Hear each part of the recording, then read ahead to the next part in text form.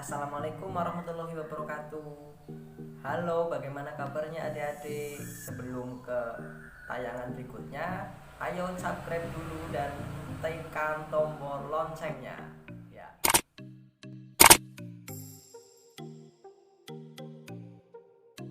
Kali ini saya akan membahas mengenai penerimaan peserta didik baru atau yang bisa disebut itu PPDB. Tetapi kali ini saya akan membahas mengenai PPDB SMP negeri ya. Bagi calon-calon peserta didik yang masih kelas 6 mau melanjutkan ke jenjang SMTP atau SMP. Persyaratan apa saja sih yang dibutuhkan? Apa saja sih, bagaimana untuk bisa diterima, bagaimana sih caranya? Ya, kita langsung saja agar nantinya adik-adik semua mempunyai gambaran mengenai persyaratan-persyaratan apa yang harus dilengkapi dulu ya. Sesuai dengan Permendikbud nomor 1 tahun 2021, PPDB itu berlangsung serentak di sekolah-sekolah negeri ya pastinya. Tetapi pada jenjang SMP ada 4 jalur loh. Yang pertama itu jalur zonasi, yang kedua itu jalur afirmasi, yang ketiga itu jalur prestasi, dan yang terakhir itu adalah jalur perpindahan orang tua. Ya, kali ini kita akan membahas mengenai jalur zonasi terlebih dahulu ya.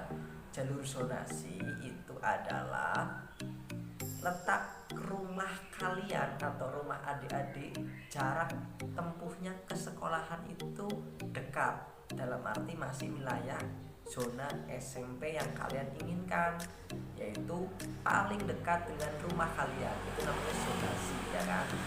Kemudian yang kedua adalah jalur afirmasi. Afirmasi yaitu kalian atau adik-adik yang mempunyai seperti kartu-kartu PKH, PIP, kemudian kartu Indonesia Sehat, itu silakan disiapkan di fotokopi karena bisa mendaftar memakai jalur afirmasi. Kemudian yang ketiga adalah jalur prestasi. Jalur prestasi bagi dua, yaitu jalur prestasi akademik dan yang kedua adalah jalur prestasi non akademik. Nah, adik-adik tahu nggak jalur prestasi akademik? Yang pertama adalah itu tergantung dengan nilai rata-rata kamu. Andai kata kamu punya nilai rata-rata dari hasil ujian yang kamu peroleh selama semester 1 sampai semester 5, itu nilainya bagus, kamu bisa masuk jalur prestasi. Kalau memakai jalur prestasi non akademik bisa, syaratnya dengan cara kamu mempunyai piagam seperti kamu juara 3, minimal juara 3 di tingkat kabupaten kalian. Oke.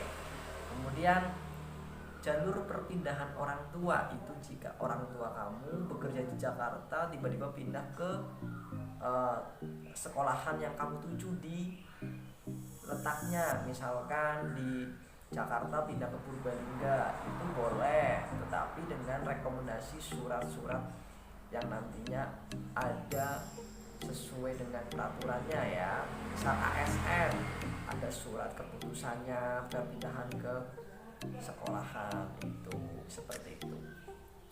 Kemudian syarat-syaratnya apa saja sih yang harus dilengkapkan atau dilengkapi? Ada beberapa persyaratan adik-adik yang harus kalian lengkapi. Yang pertama ya, itu ada KTP orang tua adik-adik ya kan. Kemudian yang kedua ada akte kelahiran kamu, itu boleh difotokopi ya sama KTP orang tua kamu. Kemudian yang ketiga itu asli kakak dengan minimal 1 tahun. Tapi jika tidak, boleh meminta surat keterangan dari domisili dari desa, kelurahan, RT RW setempat seperti itu. Kemudian yang keempat itu adalah surat keterangan lulus. Kamu dinyatakan lulus dari sekolah dasar atau SD ataupun MI madrasah seperti itu. Kemudian yang terakhir adalah surat pernyataan orang tua, yaitu mengenai surat bahwa berkas yang kalian kumpulkan ke sekolah itu adalah benar-benar milik kalian atau milik keluarga kalian, jadi tidak bisa dipalsukan. Nanti di materai ya surat pernyataannya, materainya sekarang 10.000. Oke. Kemudian itu persyaratannya. Pak mau tanya bagaimana jika aktenya hilang? Silahkan boleh minta surat keterangan dulu ke desa RT RW setempat, nanti domisili bisa diurus, itu boleh ya. Kemudian Pak mau tanya bagaimana jika rumah saya jauh, bukan zonanya, boleh daftar ke SMP tersebut? Boleh, dengan syarat kamu mempunyai prestasi, dengan syarat mempunyai kamu jalur afirmasi, mempunyai PIP, PKK, kartu Indonesia Sehat seperti itu. Kemudian yang paling penting untuk bisa diterima di jalur 4 itu adalah umurnya kalian adik-adik harus maksimal itu adalah 15 tahun ya. Ingat-ingat, nanti adik-adik bisa melihat akte kelahirannya tahun berapa gitu. Kalau sudah melewati 15 tahun, mohon maaf, di SMP negeri belum bisa menerima ya, itu maksimal. Kemudian selanjutnya dari PPDB itu SMP negeri, nanti adik-adik bagaimana sih cara mendapatkan surat pernyataan itu? Oh iya, surat pernyataan itu boleh datang ke sekolah selain mendaftar itu untuk mengisi surat pernyataan tersebut. Kemudian formulir juga nanti diisi di sekolah ya. Jadi saat mendaftar nanti boleh mengambil formulir dan surat pernyataan ya. Kemudian selanjutnya semua berkas persyaratan adik-adik silakan dimasukkan ke dalam map ya.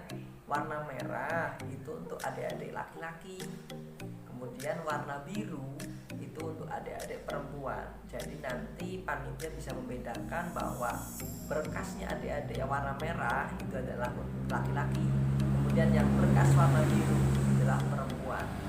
Itu mungkin itu saja dari saya. Nanti kita lanjutkan ke tayangan berikutnya, yaitu mengenai pendaftaran online-nya.